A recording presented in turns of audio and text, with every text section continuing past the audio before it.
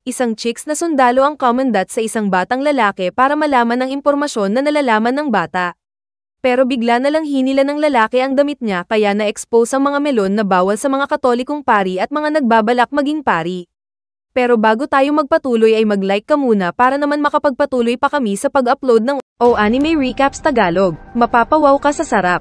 Next, nagsimula ang series sa dalawang grupo na naglalaban. Mabilis na umatake ang hukbo ng mas dehado na mga sundalo kaya agad din silang pinaputukan ng kanya ng mga dumedepensa at maraming namatay.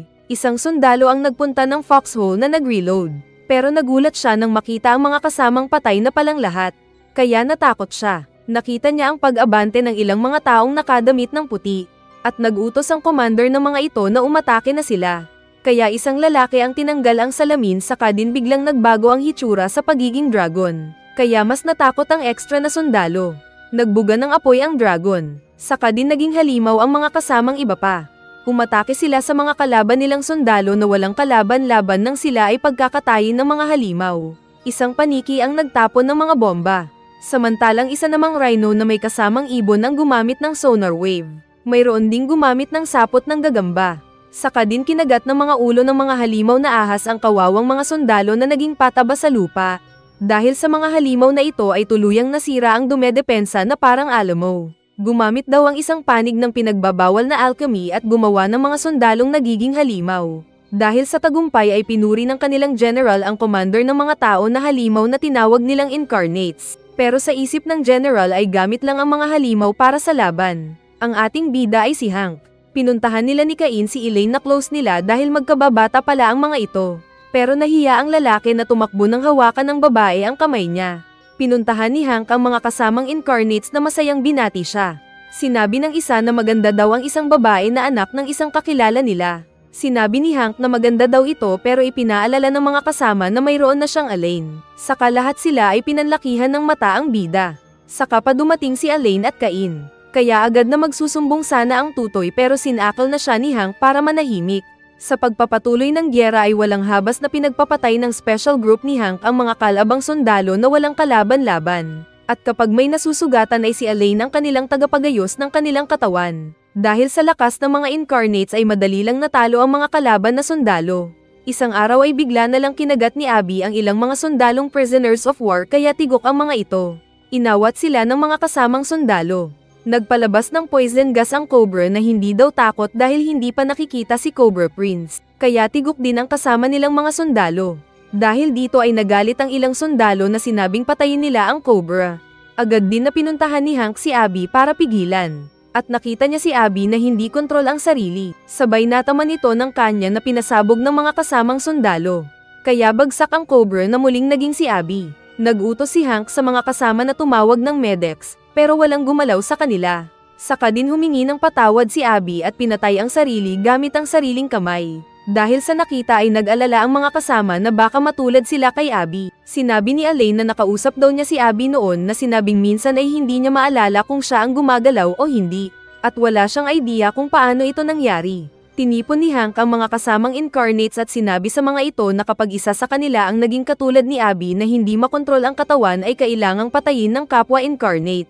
Kailangan nila itong gawin para hindi masayang ang kanilang ipinaglaban na bansa. Dahil dito ay umalis si Elaine na nagpunta ng opisina at naiyak. Pagkaraan pa ay nagpatuloy ang kanilang pakikipaglaban para sa bansa. At mas marami pa sa kanilang mga kasamang incarnates ang namatay sa pakikipaglaban. Muling nag-speech si Hank sa mga kasama dahil huling misyon nila ang pagsakop sa kapital ng kalaban. At sinabi niyang kapag natapos na ang gyera ay magpo-propose na siya kay Elaine at kailangang sumama ng lahat sa kanilang kasal. Kaya kahit paano ay natuwa ang mga kawawang incarnates. Nang silang dalawa na lang ni Cain ay ipinaalala ni Cain ang pagkakaibigan nilang tatlo ni na Elaine. Sinabi ni Cain na mabigat ang responsibilidad ni Elaine sa kanilang mga incarnates at si Hank lang ang tanging papakinggan nito sa oras na iyon. Kaya kinausap ni Elaine si Hank. Sinabi ni Elaine na posibleng hindi na matuloy ang pag-atake nila bukas dahil nagkakaroon na ng peace treaty ang naglalaban ng mga grupo. Naisip ni Hank na tapos na ang gyera at matatahimik na sila. Ngunit sinabi ni Elaine na hindi sila kasama sa kapayapaan na iyon. Saka biglang binaril ni Elaine si Hank na hindi na nakailag. Sinabi ni Elaine na muli nitong pinag-aralan ang mga incarnates pero walang paraan para maibalik sila sa dati. At ang bagsak nito ay mawawalan sila ng kontrol sa kanilang mga sarili kalaunan. At mas magiging delikado daw sila sa mga tao. Saka din naiyak ang babae na niyakap si Hank na sinabing susunod din siya sa kabilang buhay. Dumating si Cain na alam na pala ang nangyari. Ibinigay ni Elaine ang isang baril na may mga espesyal na bala pampatay sa mga incarnates. Inutusan niya si Cain na patayin ng iba saka din sila magpapakamatay kalaunan. Ngunit bigla siyang tinutukan ni Cain na ayaw ang balak ng babae. Saka din binaril si Elaine na bumagsak sa harapan ni Hank. Saka pa tumawa-tawa si Cain na parang kontrabida na nasiraan ng bait. Paggising ni Hank ay nalaman niyang nasa isa siyang military hospital at nagpakilala ang chicks na si Liza. Sinabi ni Liza na 2 buwan na siyang nakoma. Wala daw silang balita kung nasaan si Elaine. At ang mas masahol ay nawalan ng kontrol sa sarili ang iba pang mga incarnates at pumapatay na sila ng mga tao. Nagtanong si Hank kung nasaan si Cain pero wala ding balita si Liza. Kaya nagalit si Hank na sinuntok ang pader na nabasag. Panalo kapag ganyan ang lakas pang UFC. Isang gabi ay pinuntahan ni Hank si Edgar Lizard na katatapos lang pumatay ng ilang mga tao. Sinabi ni Edgar na naging Diyos na daw sila. Pero ipinalala ni Hank ang sumpaan nilang papatayin ang sinumang incarnate na naging baliw na ang utak. Umatake ang nag-invisible na si Edgar gamit ang mahaba nitong dila. Kaya umilag si Hank sabay talon at patama ng sibat nitong sinangga ng kalaban. Pero pampasabog pala ito na inactivate ni Hank kaya nasunog ang pangit na malaking butiki. Ipinakita naman ng pamilya ni John kasama ang mga anak nito. At si Nancy ang pinakaate na nagtimpla ng tea para sa mga kapatid. Bonding daw nila ito para mas mapalapit sa isa't isa. Dahil wala silang sapat na supply ng pagkain ay sinabi ni John na tuturuan niyang maghunting si Nancy. Kaya magkakasama silang nagpunta ng gubat at nakakita ng isang deer. Kaso ay hindi makalabit ni Nancy ang gatilyo ng baril kaya nakatakas ang hayop. Nagreklamo ang mga kapatid ngunit sinabi ni John na ayos lang daw ito dahil may buhay din ang mga hayop. Darating din ang panahon na makakalabit ni Nancy ang baril. Pag-uwi nila ay nakakita sila ng mga bumisita na sundalo na kinausap ni John. Samantalang kumain naman na sina Nancy at ng mga kapatid nito. Pag-alis ng mga sundalo ay nag-usap sina John at Nancy, at ipinaliwanag ni John na pupunta siya sa digmaan. Kapalit daw nito ang sustento ng gobyerno sa village na iyon at magkakaroon sila ng pagkain. Ayaw sana ng umiiyak na Nancy. Ngunit ipinaliwanag ni John na kailangan niyang gawin iyon para matulungan ang iba pang mga tao. At matapos ang digmaan. Kaya bago umalis si John ay sinabi ni Nancy na bumalik ito ng buo. Bumalik naman si John. Pero nasaan niyo na itong dragon?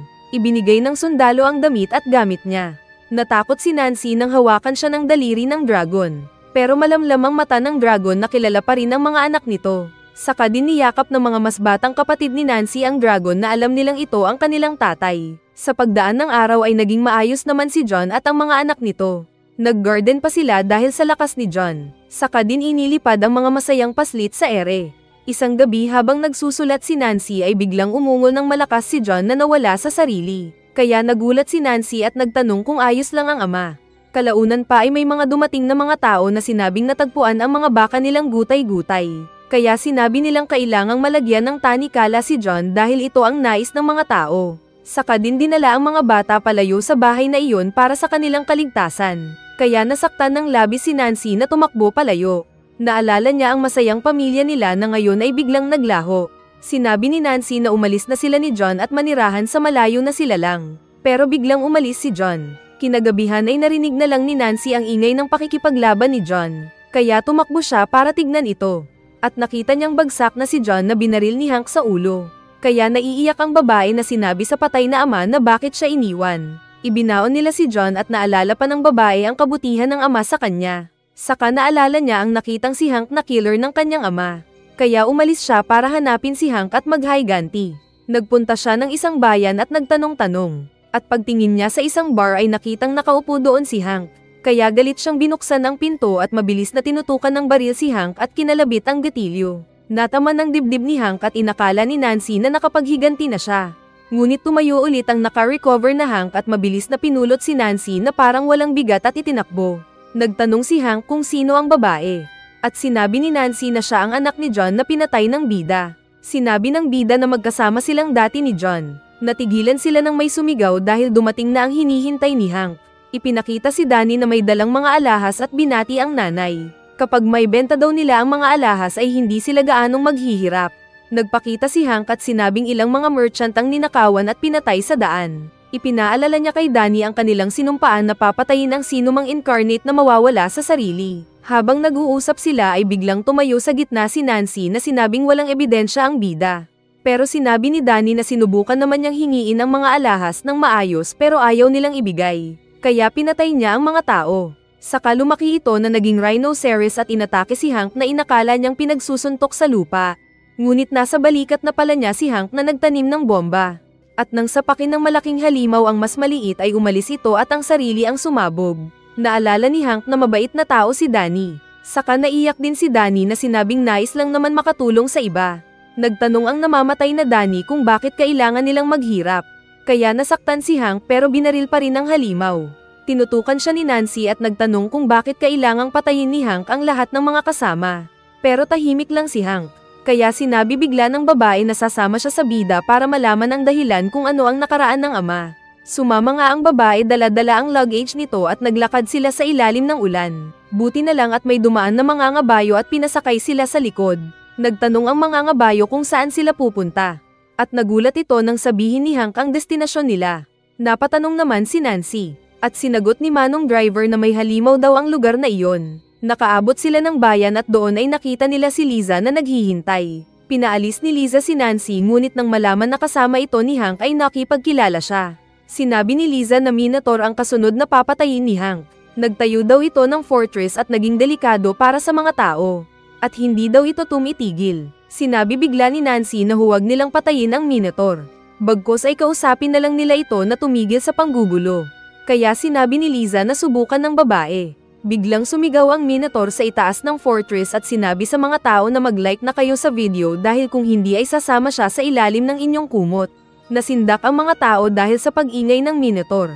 At maging si Nancy ay napaatras din na nabangga si Hank. Saka sinabi ni Hank na pupuntahan niya ang kalaban pagsapit ng gabi. Nagtanong si Nancy kay Liza kung bakit kailangan pang mangyari ang mga bagay na iyon. Kaya ipinakita ni Liza ang sitwasyon ng mga tao na nawalan ng tahanan dahil sa paggawa ng Minotaur ng fortress. Kaya naintindihan naman ni Nancy ang sitwasyon. Nagtanong si Nancy kung ano ang tinatago ng Minotaur. At sinabi ni Liza na tanging si Hank lang ang nakakaalam ng pakiramdam dahil sila ang magkakapareho. Kinagabihan ay naligo si Nancy. Saka pumasok sa kwarto ni Hank na nakahiga sa kama dahil nag-isip yata ng lechon. Bakit ka ba kasi papasok sa kwarto ng lalaki pagkatapos mong maligo?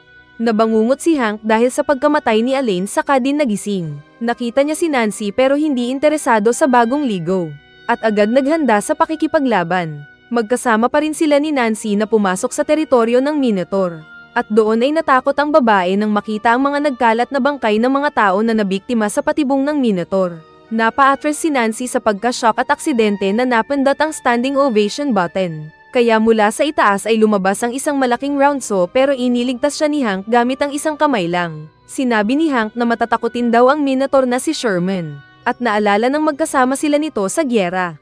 Pinatigil ni Hank si Nancy, at pag-abante niya ay nagsara ang isang gate na kahoy. Sinabi ni Hank na umalis na si Nancy. Saka din ito naglakad papasok. Dumating ang sumunod pala na si Liza at sinabi kay Nancy na inutusan siya ni Hank na samahan siya pabalik. Dahil mamamatay lang siya kung ipipilit ang pagsama sa lalaki. Ngunit determinadong sinabi ni Nancy na hindi niya mapapatawad si Hank. Kapag naintindihan na niya ang motibo ni Hank sa pagpatay ay baka magbago ang isip niya. Biglang kiniliti ni Liza si Nancy na natigil. Saka ginamit ni Liza ang utak at binuksan ang gate gamit ang isang push button. Kaya nagpasalamat naman si Nancy. Samantala ay masaya si Sherman na nakita ang pumasok na captain at binati ito. Proud siyang sinabi na may ginawa siyang fortress para hindi na sila maatake ng mga kalaban. Nagtanong si Hank kung nasaan ang mga kalaban. At parang baliw na sinabi ni Sherman na bigla na lang silang lumalabas sa gilid-gilid. Inilabas ni Hank ang armas at sinabing tapusin na nila ang usapan. Sinabi ni Hank na siya ang kalaban na dumating. Kaya nag-full battle Minotaur din si Sherman na sinabing naghanda siya ng lubos para sa pagdating ng kalaban. May inactivate siyang trap at nagpasabog ng kanyan pero nailaga ni Hank. Agad na umatake si Sherman gamit ang malakas na pagpalo. Umilag si Hank pero bumagsak siya sa isa pang trap ni Sherman kaya siya nahulog. Naramdaman naman ng dalawang babae ang paglindol kaya binilisan nila ang pagtakbo para panoorin ang laban ni Hank. Pero pagpasok nila ay nagulat sila nang makita ang bagsak na katawan ni Hank. Saka pa dumating si Sherman na may hawak na palakol. Sinubukan ni Nancy na pigilan ang Minotaur ngunit sinabi ni Nancy na wala na ito sa tamang pag-iisip. Pinalakol ni Sherman si Hank. Pero sinangga ng bida ang palakol gamit ang isang nag-transform na kamay. Saka din ito nag-fully transform sa pagiging werewolf. Kaya gulat naman si Nancy. Kinulmat ni Hank ang sumangga ng armas na Sherman. Pero nasugatan pa rin ang Minotaur. Kaya natakot itong napasigaw. Ginamit nito ang mga trap na inilagay sa fortress para sana patamaan si Hank. Ngunit mabilis si Hank na umilag-ilag. May ginamit na tusok si Sherman kaya naitapon ng werewolf pataas. Pero pagbaba ni Hank ay ginamit niya ang tallest ng kuko at walang hirap na pinagdugo ang katawan ni Sherman. Sinabi ni Sherman na hindi na daw siya matatakot at handa nang mamatay. Kaya tinutukan na siya ni Hank. Nakita ni Nancy na hindi na pumalag si Sherman. At pinutok ni Hank ang baril saka na lang napatingin sa langit dahil sa pagpatay sa isa na namang kaibigan. Sa gitna ng dilim sa isang gubat ay naghanda ng baril ang isang hunter. Ngunit nagulat siya dahil sa laki ng nakitang halimaw. Dahil unang beses sumakay ni Nancy ng tren ay masaya siya. Kaya napansin siya ng konduktor at nagtanong kung sino ang kasama nito sabay lingon kay Hank. Tinuro ng konduktor ang madadaanan nilang malaking tulay. Ginawa daw nila ito pagkatapos ng digmaan bilang patunay ng kapayapaan. Masaya ang ilang mga pasahero. Ngunit kabaliktaran naman kay Hank dahil hindi pa tapos ang laban niya. Pinaputukan ng ilang mga sundalo ang higanti na halimaw. Pero walang talabang kanyan sa kanya. Biglang natigil ang tren dahil kay Liza na hamarang sa daan. Pumasok si Liza at tinawag si Hank. Dinala siya ng babae sa base nilang malapit at ipinaliwanag ang sitwasyon tungkol sa halimaw na behemoth. Sinabi ng babae na kapag patuloy ang pagwalwal ng behemoth na iyon ay masasagasaan niya ang malaking tulay na dinaanan ng tren kanina. Sinabi ni Hank na may isang paraan lang silang nalalaman para mapigilan si behemoth. Sa isang lambak ay anabangan ng mga sundalo ang pagdating ni behemoth. Paglabas ng malaking halimaw ay agad itong kinanya ng mga sundalo. At habang ginagawa nila ito ay pinuntahan ni Hank ang likod ng paa ni Behemoth at pinasabog ito ng sumasabog na sibat. Kaya natamba si Behemoth na nawalan ng malay. Nalaman nila ayon sa report na iniiwasan ni Behemoth na magpunta ng matao na lugar. At wala pang pinatay na tao kaya ibig sabihin ay utak tao pa rin ito. Nilapitan ni Nancy ang halimaw at sinabing anak siya ni John na dati ding incarnate. Ipinaliwanag ni Nancy na kailangang bumalik ng halimaw para hindi masira ang tulay. Ngunit may tinignan ang Behemoth sa bundok na nais puntahan. Dumating ang galit na presidente at nagtanong sa mga sundalo kung bakit buhay pa ang Behemoth. Kaya sinabi ni Liza ang sitwasyon at ang lugar kung saan balak nilang ma-ambush si Behemoth. Kaya galit na umalis ang politician. Kalaunan pa ay nag-ayos na ang mga sundalo ng kanilang mga patibong na bomba. Nagtanong si Nancy kay Hank kung sino ang Behemoth. Kaya sinabi ng lalaki na ito si Arthur na isang tahimik na sundalo. Nagtanong si Nancy kung may kilala si Hank na dahilan kaya nais ni Arthur magpunta sa kabilang bahagi ng tulay. Pero wala na daw paki ang bida dahil naroon siya para patayin ito. Hindi daw siya papayag na sirain ni Behemoth ang tulay na sagisag ng kapayapaan na pinaghirapan nilang Camptin. Isinambat ni Nancy na dating tao at kakilala ni Hank si Arthur at may karapatan din itong mangarap. Saka umalis ang nagdrama na babae. Saka ipinaliwanag din ni Liza na wala silang magagawa dahil nakakagambala ang laki ni Arthur at order sa kanila na patayin ito. Ang magagawa lang nila ay huwag itong pahirapan. Kinagabihan ay tinapon ng ilang lalaki ang mga nagbabantay na sundalo. Saka pinuntahan ang nakatali na Behemoth para pasabugin. Naistorbo ang mga tao nang marinig nila ang pagsabog. At ipinakita na pinasabog ng mga extra ang halimaw pero hindi ito namatay at nagalit pa at sila ang inapakan. Dahil sa nangyari ay inutusan ni Hank ang mga tauhan na gawin ang plano. Saka may iniutos pang gawin sa isang sundalo. Kaagad ding sinalubong ni Hank ang nag-aalboruto na Behemoth para pigilan sa pagtakas. Naging isa siyang lobo at buong lakas na nakipagtulakan sa Behemoth. Kaya napanganga ang mga audience na sundalo.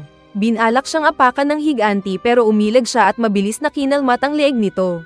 Muling inapakan ng Behemoth si Hank, ngunit binuhat ng bida ang paa saka itinumba ang Behemoth. Nang makita ito ng mga sundalo ay saka din nila pinasabog ang dinamita. Kaya natabunan ng gumuho na lupa ang Behemoth. Muli nila itong pinasabugan. Ngunit tumayo pa rin ang Behemoth kahit nawasak ang katawan nito. Muling umiwas si Hank sa pag-apak ng halimaw na nasasaktan sa paglalakad dahil lumalabas ang isaw nito. Sa bridge ay isinigaw ni Nancy na kung may natitira pang pag-iisip ng isang tao si Arthur ay huwag nitong sirain ang tulay. Maging ang napa-atres na muling naging tao na Hank ay sinabing huwag sirain ni Arthur ang pinaghirapan na simbolo ng kapayapaan. Kaya natigil naman si Arthur habang tinitignan si Nancy sa tuktok ng bridge. Kasabay nito na sumabog din ang isa pang bahagi ng lambak na ipinasabog ni Hank kanina. Kaya nakita ni Arthur ang tanawin sa dagat at natahimik ito habang ini-enjoy ang view. Saka pa ito naluha, saka din tuluyang bumagsak ang malaking behemoth na tigok sa harapan ni Hank. Naalala ni Hank ang mga huling sinabi ni Arthur sa kanya na gusto nitong makita ang dagat. At ipinangako ito ni Hank sa kanya na gagawin nila kapag peacetime. Nagawa man daw ni Hank na maipakita ang dagat kay Arthur, ay malungkot pa rin ang bida dahil siya ang pumatay dito. Pero sinabi ni Nancy na siya pa rin ang naging dahilan para makamit ni Arthur ang pangarap. Samantala ay ipinakita naman si Cain na nilapitan ng dalawang tag 20 pesos sa kalsada. Agad na hinawakan ni Cain ang isa na biglang nahigop ang kaluluwa.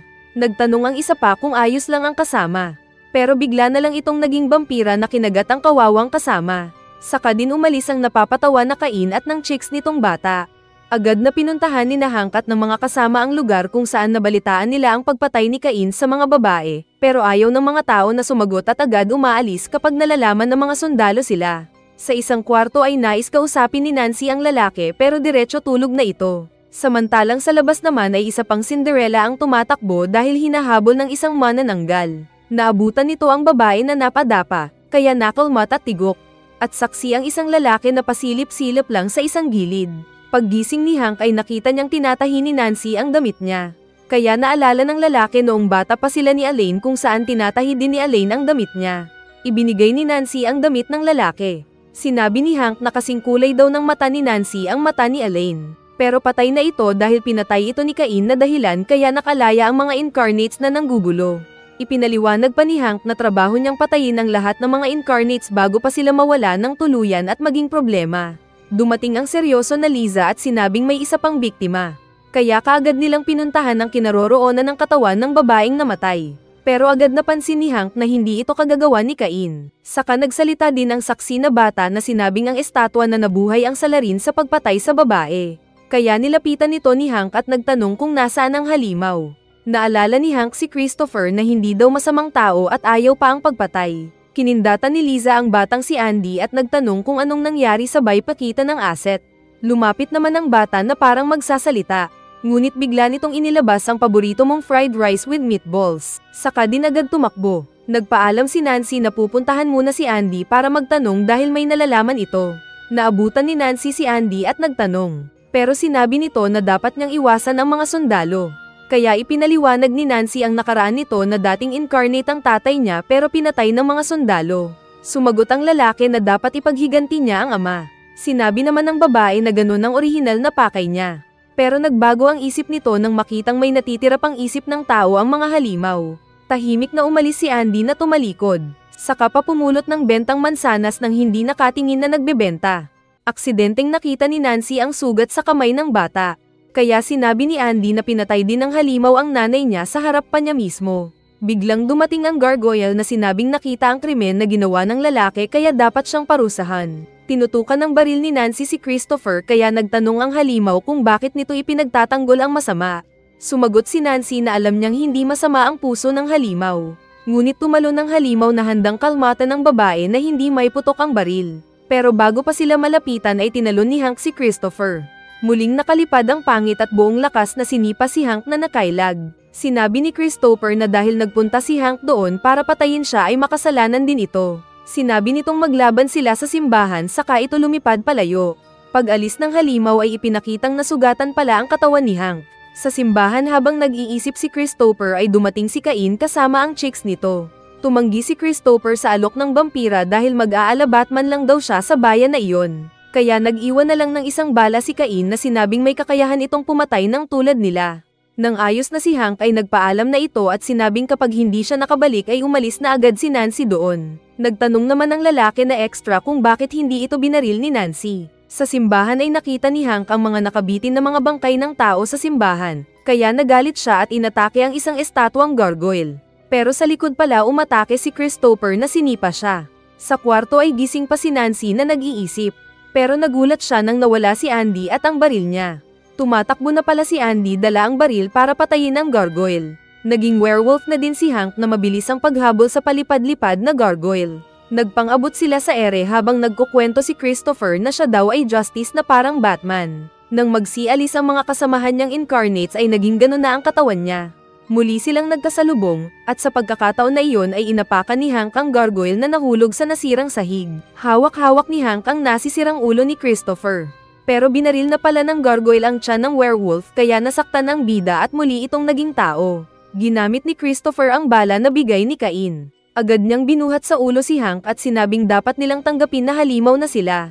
Pero ipinaliwanag ni Hank na kapag hahayaan nila iyon ay masisira ang sangkatauhan. Ipinakita ang nakaraan nang makakita ng magnanakaw si Christopher na natakot sa kanya.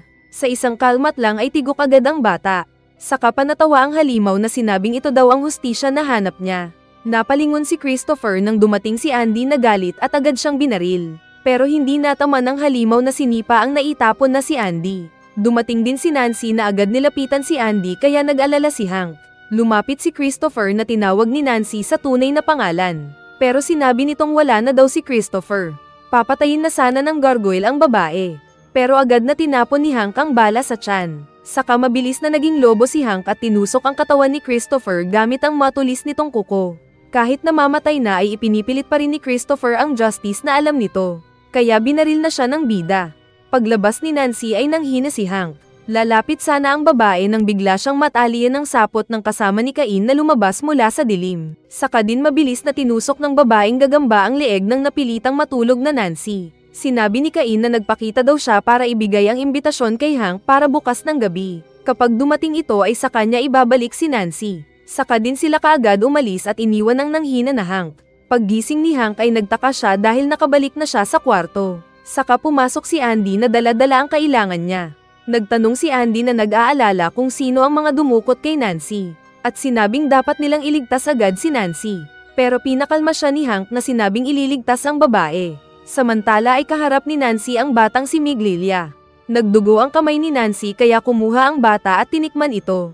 Pero hindi masarap. Nagpakilala ang bata at sinabing maganda daw ang kulay blue na mata ni Nancy. Pumasok ang babaeng gagamba na si Elizabeth at sinabing hindi na kailangang matakot ni Nancy dahil hindi naman siya kakainin. Saka pinalaya ang babae sabay tanong kung bakit kasama nito si Hank.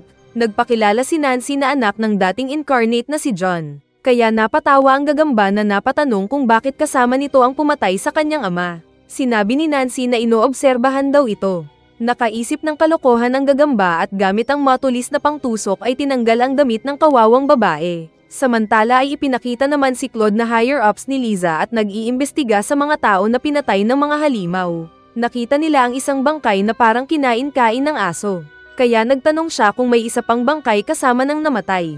At ipinakita naman sa kanya ang isang babae na may kagat sa leeg.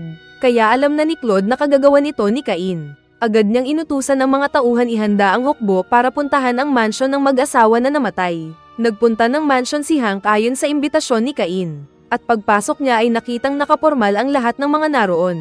Sinubukan pa siyang kausapin ng isang lalaki pero natakot ito sa kanya. Lumabas si Cain at agad siyang pinalakpakan ng mga tao. Ito daw yung mga tao na mayayaman. Nang magkaroon ng digmaan ay puwersahan na kinuha ng gobyerno ang kanilang mga yaman para gamitin sa gyera. Pero hindi na nila ito nabawi dahil sa maagang pagdeklara ng kapayapaan. Nag-speech pa si Cain at sinabing maging sila na mga incarnates ay nawalan ng dangal. Dapat daw na sila ang kumokontrol sa gobyerno at hindi sila minamaliit. Saka tinawag ni Cain ang mga kasama nitong incarnates na pinalakpakan ng mga tao.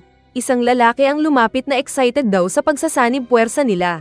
Ngunit bigla itong ginawang ketchup ng isang malaking scorpion. Kaya nagulat si Hank at ng mga tao. Saka sinabi ni Cain na papatayin na silang lahat na parang baboy. Kaya napatakbo ang mga tao para sa sariling buhay. Ngunit ginawa silang parang tae ng mga malalaking halimaw na kumain ng human buffet.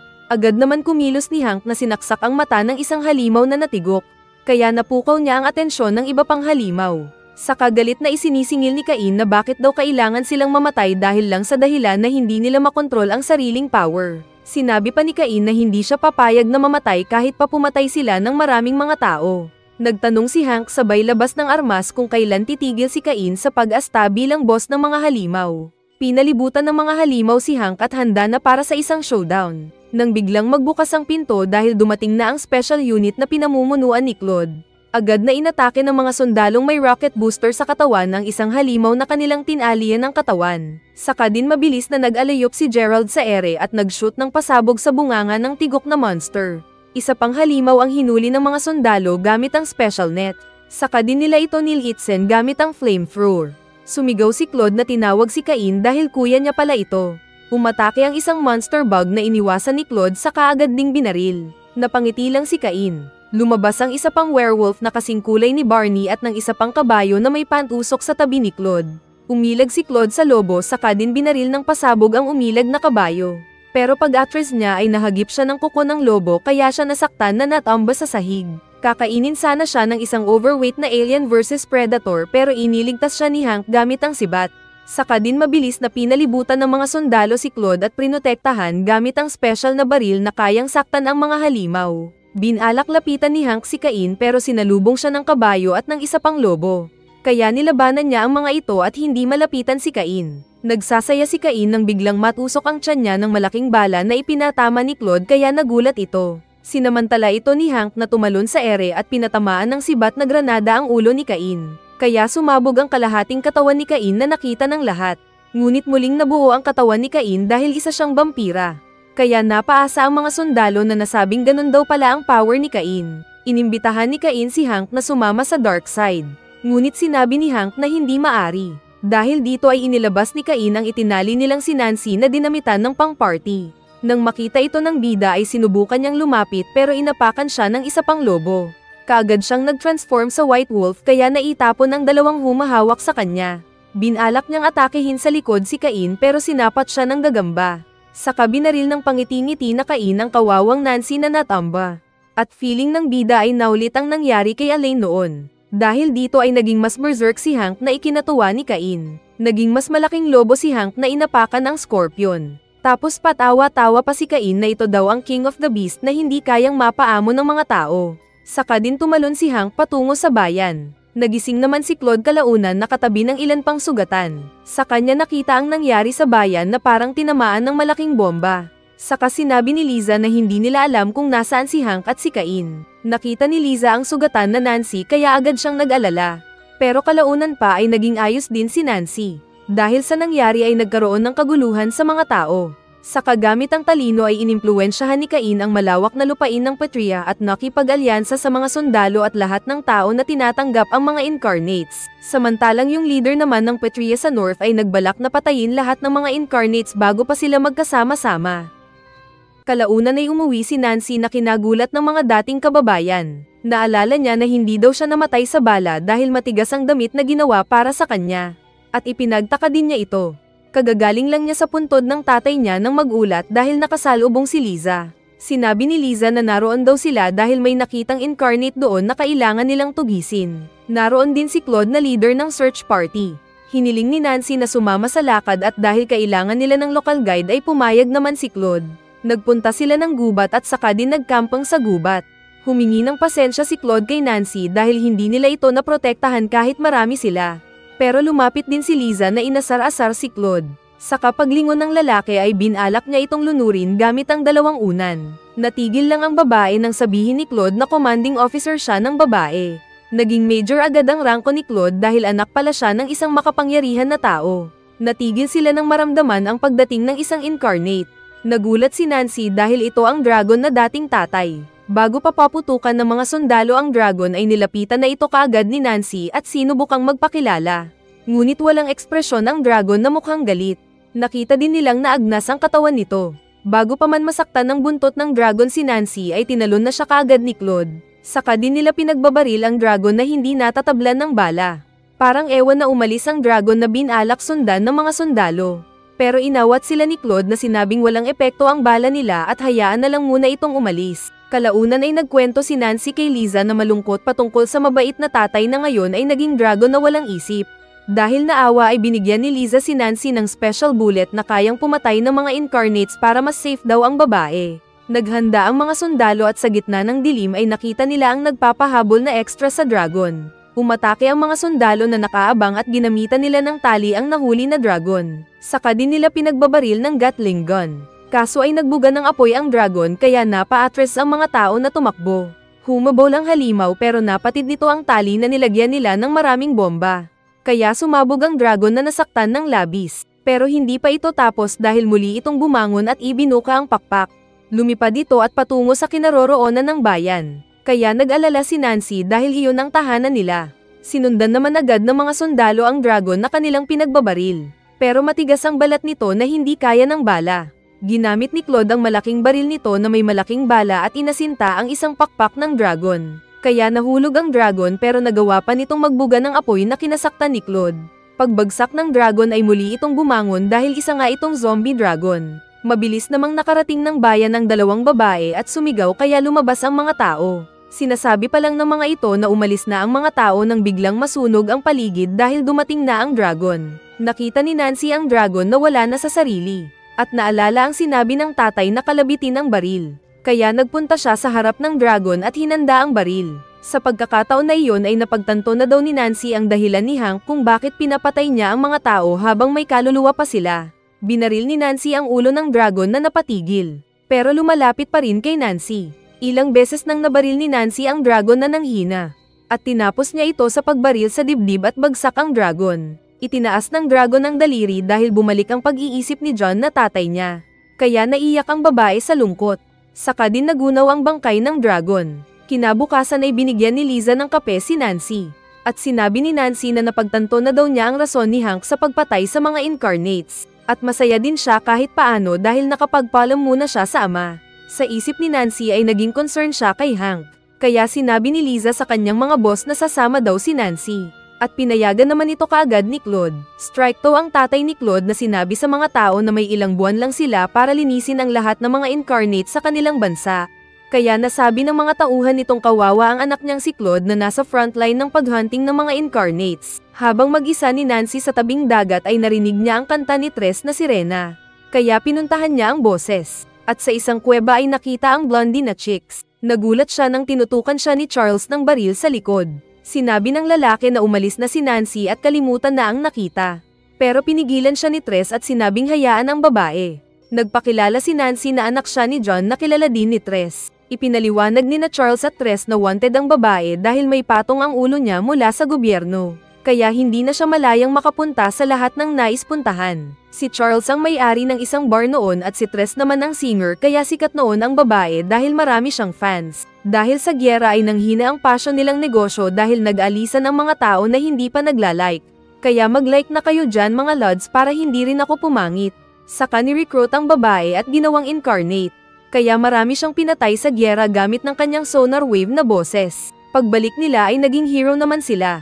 Ngunit hindi na sila tulad ng dati sa paningin ng mga tao na ayaw nang makinig ng kumakanta na tao na bangus. Sinabi ni Tres na hindi na siya aalis doon at handa nang tanggapin ang kapalaran. Pero pinalakas siya ni Charles. Sinabi ni Nancy na magtatagal muna siya sa bayang iyon at nais daw muling makita si Tres. Samantala ay naghahanda si Cain at ng mga naging kaalyansa nitong mga sundalo na ayaw magpasakop sa bansa. Sa nagdaan na mga araw ay pinuntahan ni Nancy si Tres at kinakausap ito. Kaya hindi naman naboring si Tres na gustong kakwentuhan si Nancy. Pagbalik ni Nancy ay istrikto na nagtanong si Claude kung saan siya nanggaling. Saka sinabihan itong huwag maglakad-lakad dahil takot ang mga tao sa mga sundalong kasama niya dahil sa mga nangyari na gyera. Habang tumutugtog ng piano si Charles ay may pumasok na mga tao na may hawak na baril. Sinabi ng mga ito na nakita nila si Charles na nagpunta ng tabing dagat at may narinig silang kakaibang huni. Magsasaliksik sana ang mga ito sa paligid ng sinipa ni Charles ang isa kaya nabitawan ang baril. Sa kanya sinaktan ng isa pa gamit ng matigas na bagay. Dahil sa gulo ay nagkaroon ng sunog. Tatakas na sana si Charles ngunit nakabangon ng isang lalaki at nabaril siya. Pagdating ni Charles ay sinabi ni Tres na aalis na siya doon. Pero nagulat siya nang makitang may sugat si Charles sa tiyan. Sinabi ni Charles na umalis na si Tres at huwag magalit sa mga tao dahil sa nangyari sa lalaki. Saka din namatay ang lalaki kaya naluluha ang babae. Kinagabihan ay maraming mga tao ang nakarinig ng boses ni Tres at lahat sila ay nangagsitamba. Nakita ng grupo ni Claude ang mga tao at nalaman nilang buhay pa ang mga ito kaso ay natutulog lang ng mahimbing. Kaya nag-utos si Claude na maghiwalay sila. Sinundan ni Claude ang pinagmumulan ng tunog at nakita nila si Tres na kumakanta habang naglalakad. Unang nakatulog ang mga tauhan ni Claude na bumagsak. Sinubukan niyang barilin ang incarnate pero hindi niya magawa dahil sa boses ng babae. Dumating din si Nancy na nagtanong kung anong ginagawa ni Tres. Sumagot si Tres na masaya sa ginawa. Kaya nagtanong si Nancy kung nasaan ang mabait na Tres na nakilala nito. Kaya natauhan ng singer. Nabaril siya ni Claude pero nakalipad si Tres paalis. Nagpunta siya ng nasunog na bar at doon ay nasundan ulit siya ni Nancy na alam ang kinaroroonan niya. Sinabi ni Tres na doon siya dati kumakanta at masaya sa mga audience. Sinabi bigla ni Nancy na gusto niyang marinig ang boses ni Tres. Masaya naman si Tres na pumayag, pero nabaril na siya ng mga tauhan ni Claude na sumunod din pala kaya napasigaw si Nancy. Tutuluyan sana ni Claude ang incarnate pero sinabi ni Nancy na pagbigyan nilang kumanta si Tres. Kaya kumanta nga ang nag-aagaw buhay na Tres at feeling nito ay naroon na siya sa dating bar na kinaroroonan niya kasama si Charles at ng mga audience. Saka din bumagsak ang nanghina na sirena. Nagawa pang mapuri ni Nancy ang magandang boses ni Tres bago ito tuluyang namatay. Kalaunan ay sinabi ni Claude kay Nancy na may intel silang nasagap kay Hank. Pero sinabi ng naiinis na boss na sa susunod kapag naging abala si Nancy ay babarilin din ito. Ipinakita ang ilang bangkay ng mga tao sa isang bundok na puno ng yelo. Dahil pinatay pala ito ni Vic na sinabing ginawa ito dahil nagugutom siya. Naroon din si Hank na sinabing hindi mapapatawad ang kaharap dahil sa sinumpaan nila.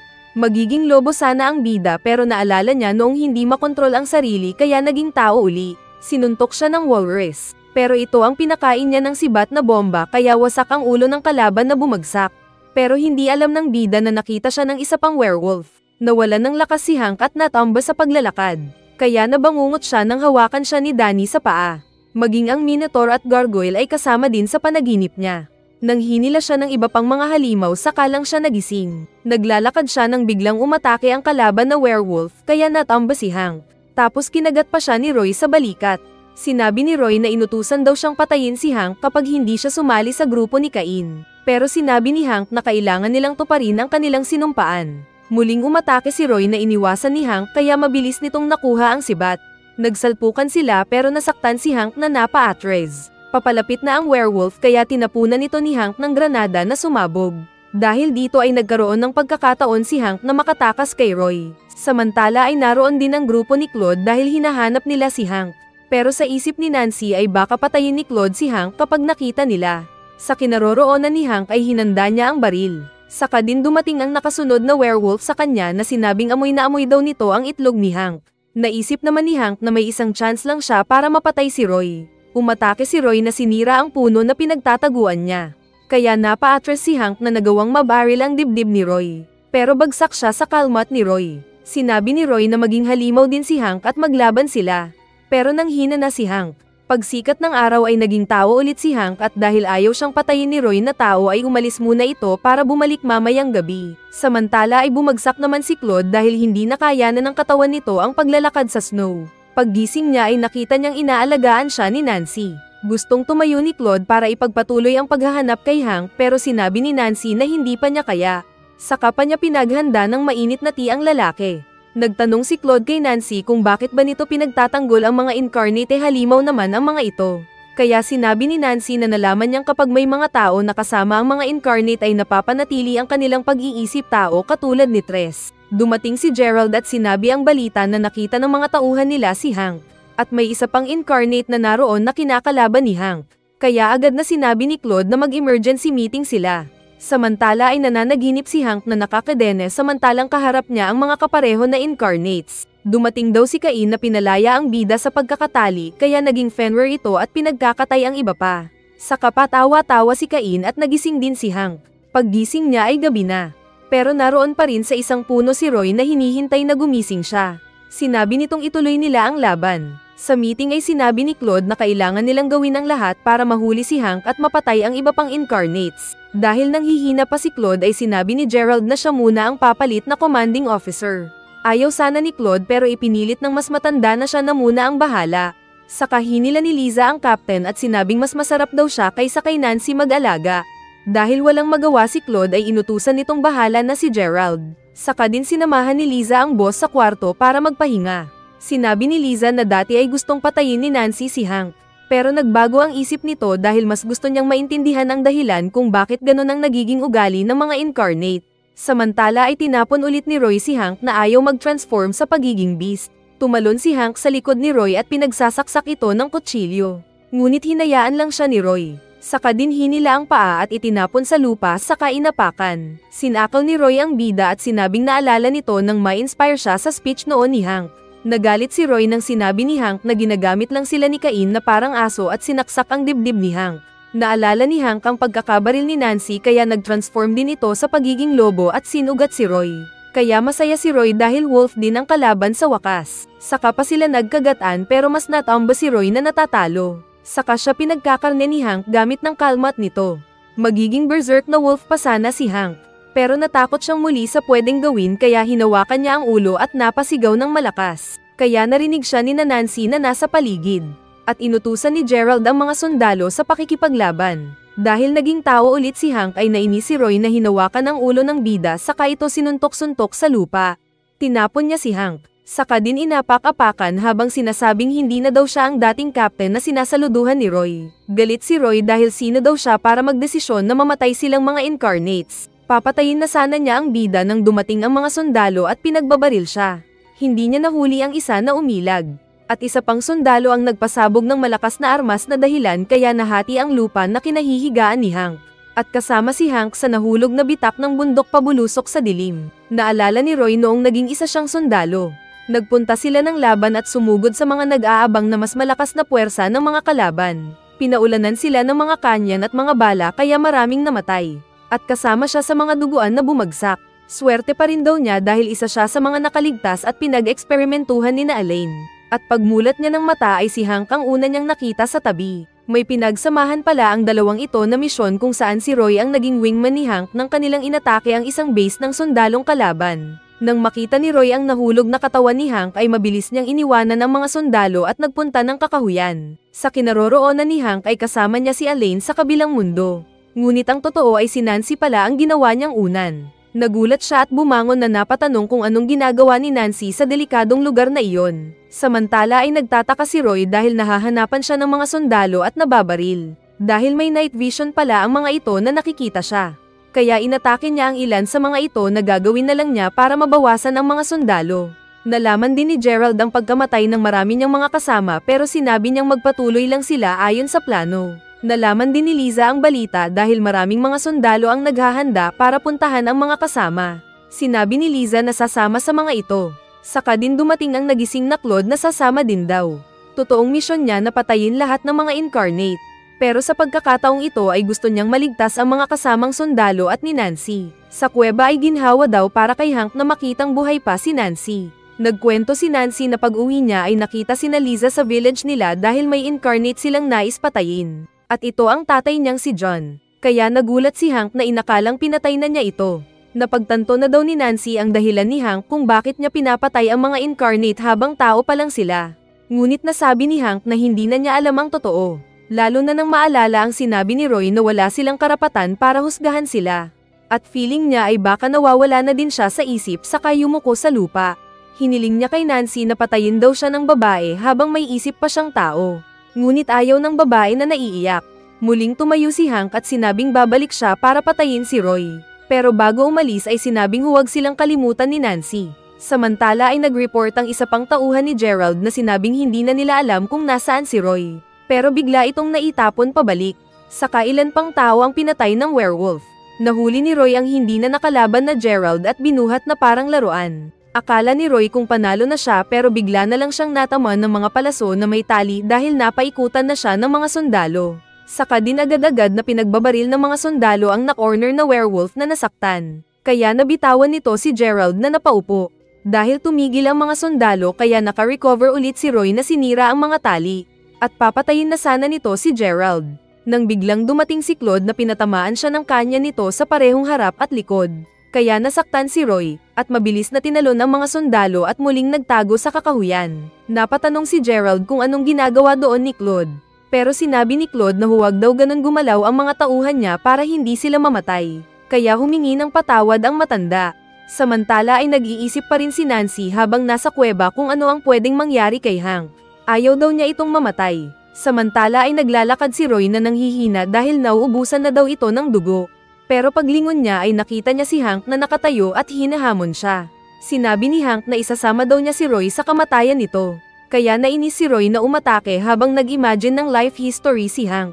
Pipindutin na sana ni Roy ang granada pero natigil siya nang biglang dumating si Nancy na binaril ang tuhod ni Roy na bumagsak.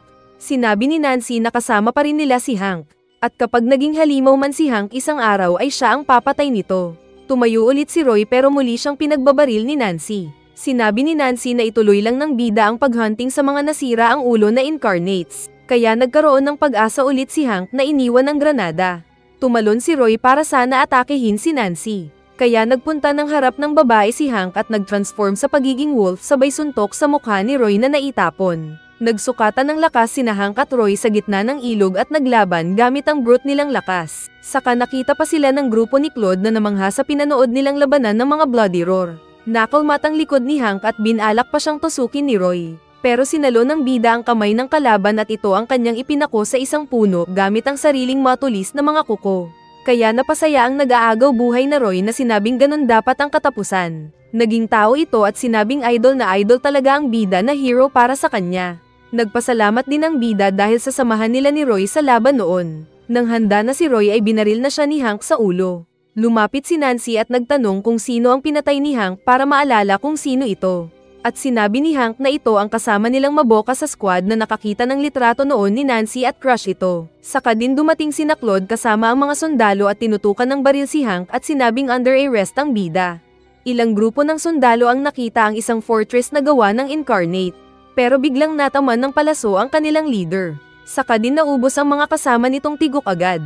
Tinamaan pala sila ng magaling sa pagpana na kasama ni Cain. Samantala ay itinali ni Claude si Hank at pinapalo ito sa itlog gamit ng latigo tulad ng ginawa noon kay James Bond.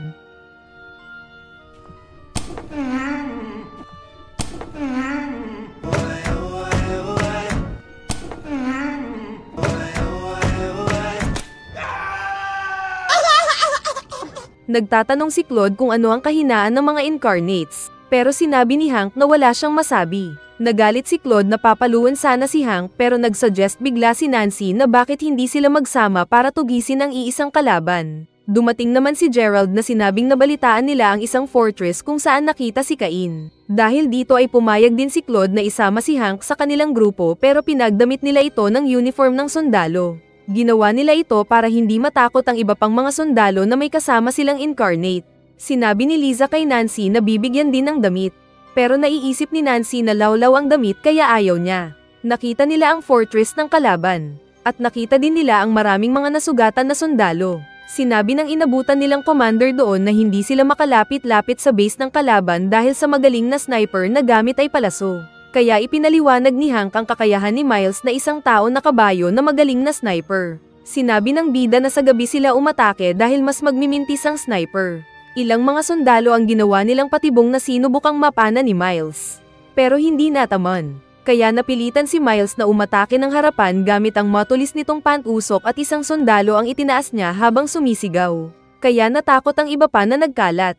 Pero masaya ang sentor na pinagtutusok ang mga likod ng tumatakbo na sundalo. Umatake si Hank sa likod ni Miles na agad nitong sinangga. Nagpana si Miles na inilagan ni Hank pero tigok ang isang sundalo sa likod niya. Ipinaliwanag ni Miles na gusto pa nitong mabuhay kaya sumama sa grupo ni Cain. Nagpahabol si Hank na nagastang nababahag ang buntot kaya patawa-tawa na sumunod si Miles. Pero nahuli siya ng lambat at pinagbabaril ng mga sundalo kaya sugatan na bumagsak. Babarilin na sana ni Hank si Miles sa ulo, pero bigla itong bumangon at naghilom ang sugat. Sinabi niyang mas malakas na siya ngayon dahil para na siyang immortal na hindi namamatay. Saka din agad na tumakbo. Pagbalik ni Miles ay sinabi niya ang balita kay Cain na naroon na si Hank. Dahil sa ginawa ni na Hank at grupo ni Claude ay nabigyan ng pagkakataon ng kasamang grupo na makagawa ng trench. Sinabi nitong narinig ang balita na mayroon pang isang incarnate ng makalaban nila si Miles.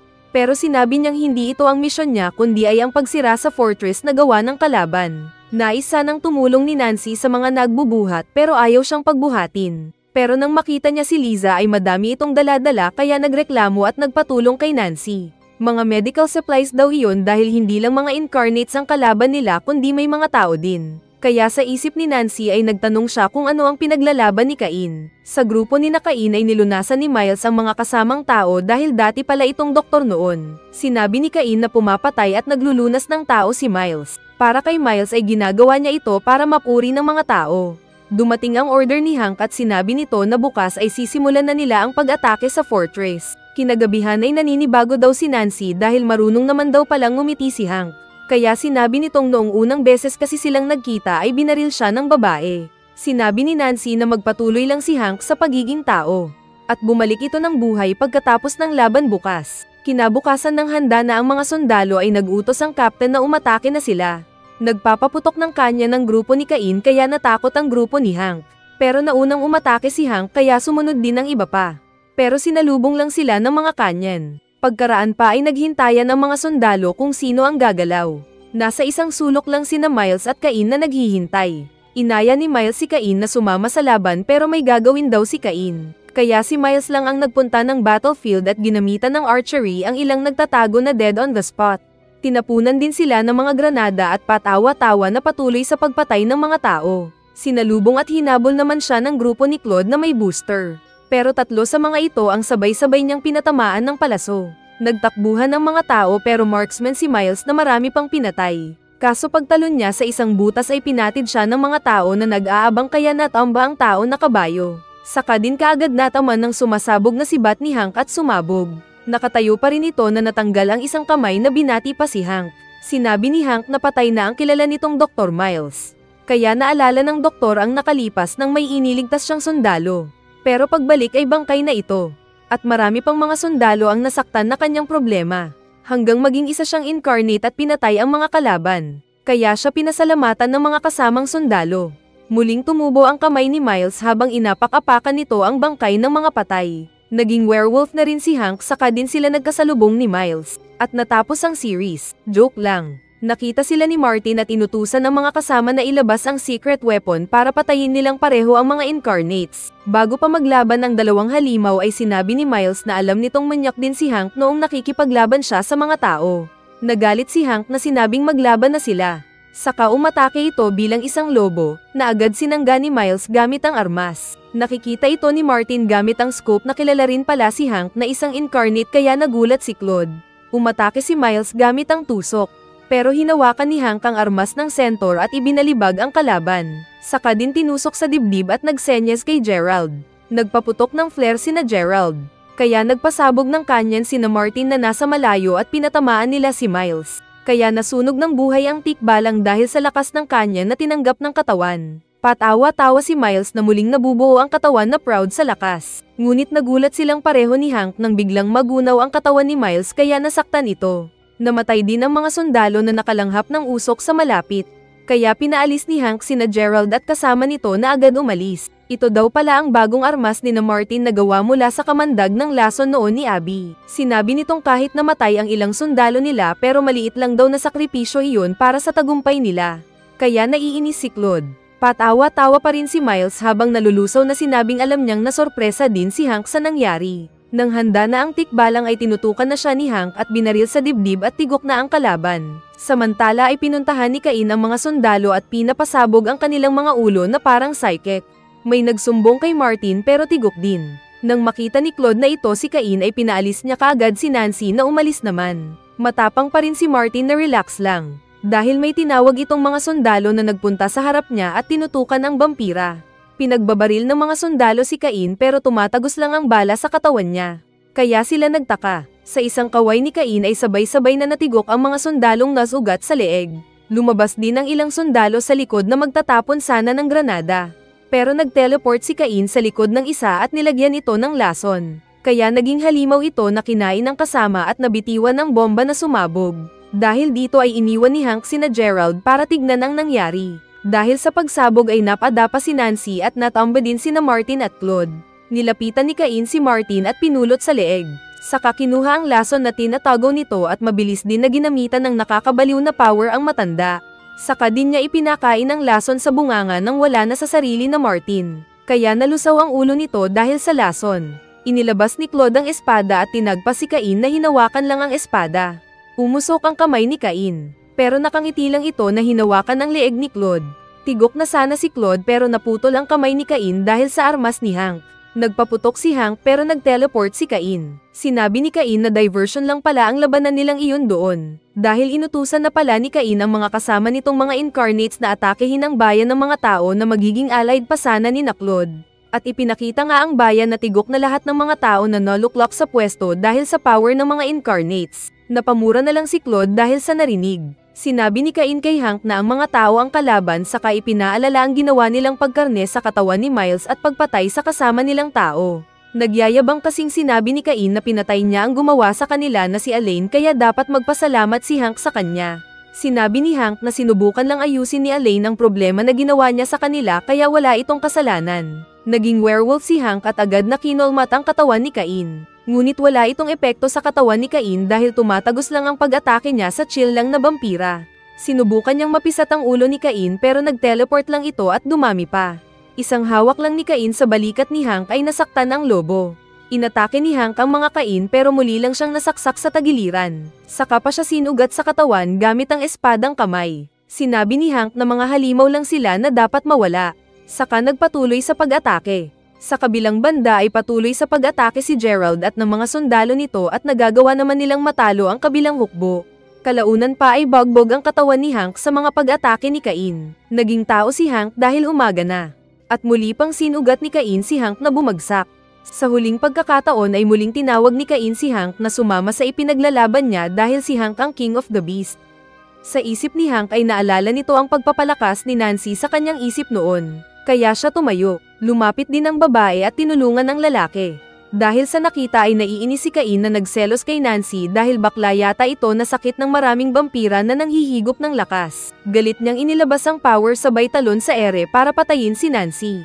Ngunit isinangga ni Hank ang maskulado nitong braso na hindi nasaktan dahil inactivate nito ang tunay na lakas. Naglaho ang sugat niya at naging puti ang buhok na sumigaw. Kaya napa-atras si Cain na labis ang pagkagulat. At mabilis pang sinuntok ni Hank ng ubod lakas ang kalaban na bumagsak sa lupa. Ito yata ang pinagmulan ng lahi ni Inuyasha. Kaso ay muling naging tao si Hank na napagod.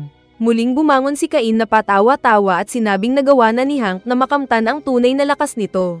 Nakita nilang nanalo na ang grupo ni na Gerald sa fortress. Kaya sinabi ni Cain na oras na para umalis ito at saka na lang sila muling magkikita. Nanalo man si Claude sa laban na iyon ay ipinakita naman na tuluyang nasakop ng Incarnates ang southern portion ng Patria. Kaya mas malawak ang naging teritoryo ni Cain at ng mga Incarnates. Dahil dito ay sinabi ng tatay ni Claude na bumalik na lahat ng puwersa nila sa kapital. Nagpaalam naman na sina Hank at Nancy sa mga sundalo na malungkot dahil sa pag-alis ni Nancy. Kaya nagselos si Liza na sinabing naroon naman siya at may daladalang unan para sa kanila. Pero ayaw daw ito ng mga sundalo kaya napahiya ang babae. Sa pag-alis ng dalawa ay nag-usap naman sina Claude at Gerald na kahit ang utos ay patayin nila ang lahat ng Incarnate ay hindi nila gagalawin si Hank hanggat nakakapag-isip pa ito ng tama. Habang naglalakad ay sinabi ni Hank na nagbago na daw si Nancy simula nang una niya itong makilala. At sumagot naman ang babae na masaya na daw ito dahil nagagawa ng tumawa ni Hank. At nasa tabi siya ng bida para gawin ang sinumpaan nito sa lalaki. Sa pagtatapos ng series ay ipinakitang itinatago lang pala ni Cain ang katawan ni Elaine na buhay pa. At sorry to say na wala pa akong nakita na season 2 ng anime na ito. Pero hintayin lang natin baka biglang magkaroon ng karugtong na season.